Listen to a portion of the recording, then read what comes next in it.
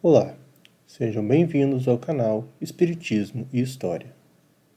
No episódio de hoje, vamos tratar do item 10 da introdução de O Livro dos Espíritos, a linguagem dos espíritos e o poder diabólico.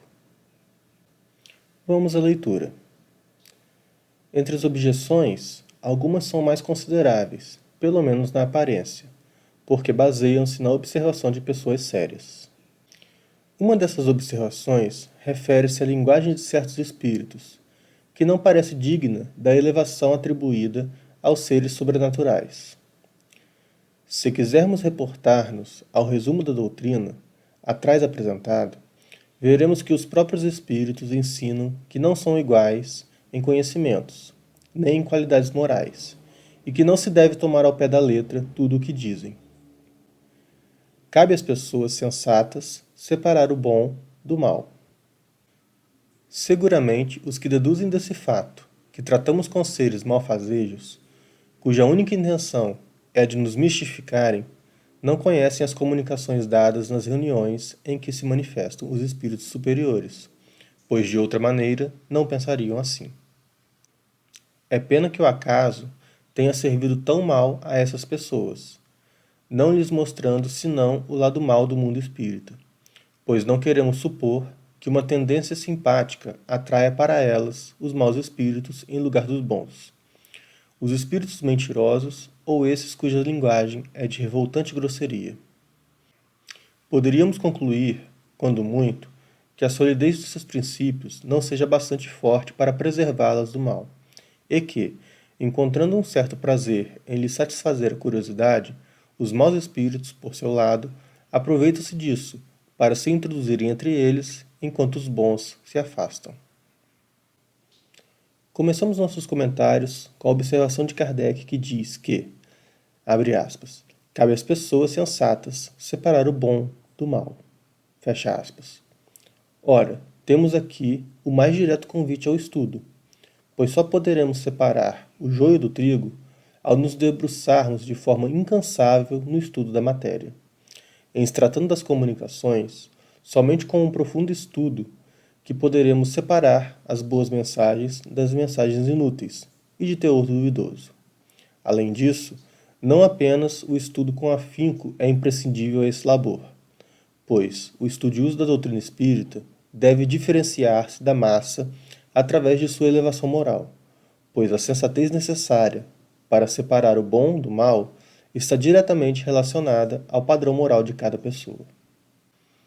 Observamos ainda a passagem de Kardec, abre aspas, os que deduzem desse fato, que tratamos com seres malfazejos, cuja única intenção é a de nos mistificarem, não conhecem as comunicações dadas nas reuniões em que se manifestam espíritos superiores. Fecha aspas. Aqui temos o alerta de Kardec contra a análise ou o julgamento precipitado, feito assodadamente.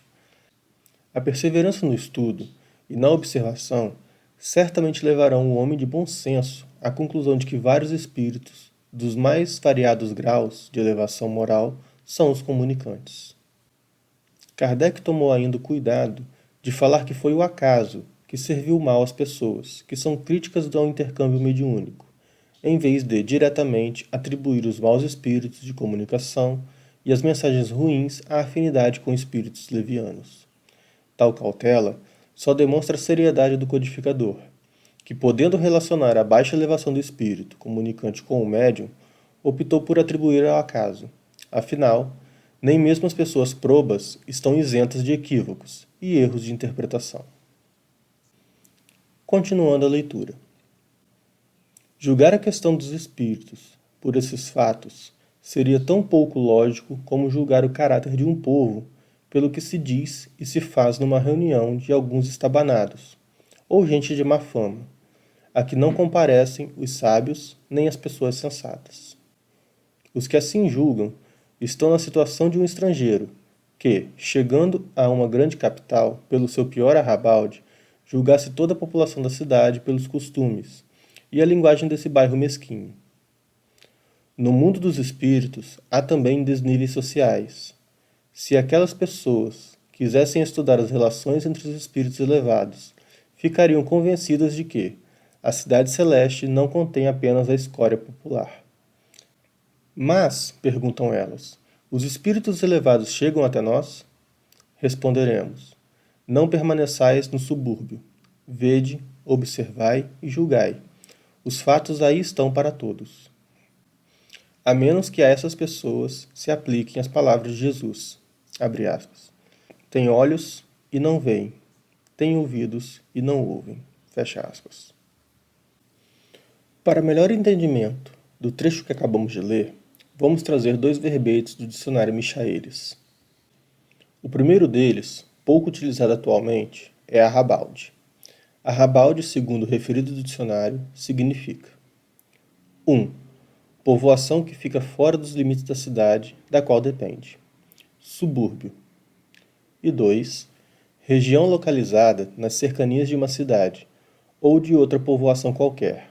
Arredores. Rebalde, subúrbio. O segundo termo é subúrbio, que, se bem observarmos, é sinônimo de arrabalde, e segundo o dicionário quer dizer 1. Cercania de cidade ou de outra povoação qualquer, arrabalde, arredor. E 2. Bairro situado nos arrabaldes de uma cidade, longe do centro. Trouxemos tais definições para distanciar ambos os termos de qualquer interpretação que possa desaboná-los com possíveis referências reprováveis pela aplicação cotidiana, especialmente do termo subúrbio. Dessa forma, deixando claro que estar no subúrbio nada tem a ver com sua reputação, mas apenas com estar à margem, distante do centro ou do núcleo. No caso de um estudo, estar no subúrbio equivale a não ter se aprofundado na matéria estudada. O estudo da doutrina espírita, bem como o estudo e exercício da mediunidade, conforme já foi dito pelo próprio Kardec em item anterior, se aprimora pelo exercício, ou seja, pela constância, pela persistência. Somente através da disciplina é que o indivíduo sairá da margem, do subúrbio, do conhecimento e atingir as áreas mais nobres de uma ciência. Tal evolução não se consegue atuando por mera curiosidade, mas com persistência e seriedade, como bem foi dito por Kardec no item 8 desta introdução. A curiosidade até pode ser o ponto de partida, mas ela não levará o indivíduo muito longe, em termos de evolução da matéria em que pretende estudar. E, naturalmente, com a doutrina espírita não é diferente. O curioso, de início, provavelmente só terá acesso a mensagens frívolas e de conteúdo ruim ou duvidoso, e, por que não, grotesco. Se o curioso não passar da fase da curiosidade e concluir que os espíritos comunicantes formam uma turma de imbecis, enganadores e brincalhões, estará de certa forma concluindo que, após a morte do corpo, ou todos os espíritos perdem a inteligência, ou mesmo que aqueles que não perdem a inteligência não possuem o menor interesse em contribuir com a evolução da humanidade encarnada, o que seria um contrassenso. Jesus, em seus ensinamentos, falou sobre a importância da caridade e do amor. Acreditar que apenas os espíritos de baixa hierarquia podem ou têm interesse em comunicar-se conosco seria ir na direção oposta do ensinamento do Cristo, e não guardaria nenhuma lógica.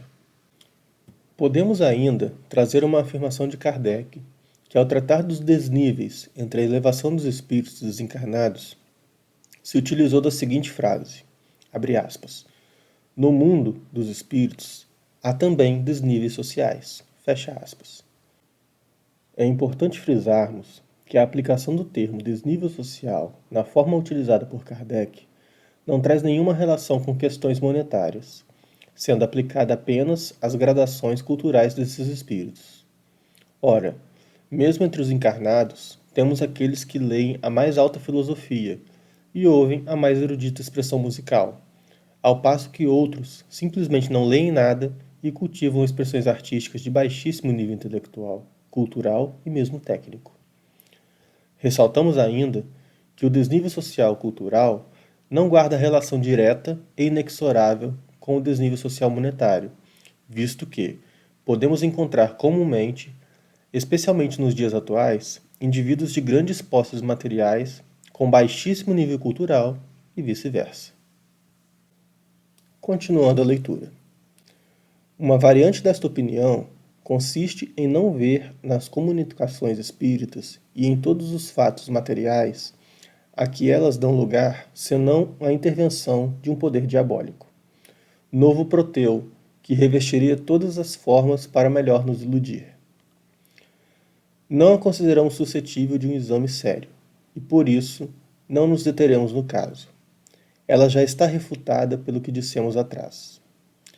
Acrescentaremos apenas que, se assim fosse, teríamos de convir que o diabo é às vezes bem inteligente, bastante criterioso e sobretudo muito moral, ou que existem bons diabos. Como acreditar, de fato, que Deus não permita senão ao espírito do mal manifestar-se para nos perder, sem nos dar o contrapeso e os conselhos dos bons espíritos? Se ele não o pode, isso é uma impotência. Se ele pode e não o faz, isso é incompatível com a sua bondade. E uma e outra suposição seriam blasfêmias. Acentuemos que admitir a comunicação dos maus espíritos é reconhecer o princípio das manifestações. Ora, desde que estas existem, será com a permissão de Deus. Como acreditar, sem cometer impiedade, que ele só permita o mal, com exclusão do bem? Uma doutrina assim é contrária ao bom senso e às mais simples noções da religião. Antes de comentarmos a última parte do texto de Kardec, trazemos à baila o termo blasfêmia, o qual significaremos com auxílio do dicionário Michaelis. Blasfêmia é 1. Palavra ofensiva à divindade ou à religião. 2. Por extensão, palavra ou afirmação que insulta ou ofende alguém, ou algo digno de respeito. E 3. Afirmação absurda, contrassenso, disparate. Passando aos comentários, temos aqui que Kardec faz o uso da lógica pura e simples, ao confrontar os atributos de Deus aos fatos. Uma expressão em latim do direito romano sintetiza bem a questão. Ad maiore, ad minus, ou quem pode o mais, pode o menos. Quando estudamos o resumo da doutrina dos espíritos, abordamos essa questão ao falar da inexistência de penas eternas, segundo o Espiritismo. Em nosso humilde entendimento, conceber que Deus, sendo o Criador de todas as coisas, inclusive daqueles seres que eventualmente e momentaneamente se desviam da senda do bem, os puniriam por seu mau caminho eternamente, seria negar a sua bondade, e de igual modo, acreditar que Deus não possua meios para retornar cada criatura desviada ao caminho do bem. Seria negar a sua onipotência e, por fim, acreditar que Deus, podendo resgatar a cada criatura, não o faça eternamente, porque simplesmente não quer. Seria negar in totum, ou seja, na sua totalidade, a benevolência e mesmo a sua compaixão, caridade e, novamente, a sua bondade. Seria conceber que o Deus de amor trazido por Jesus se transformasse no Deus tirano de muitos povos da antiguidade.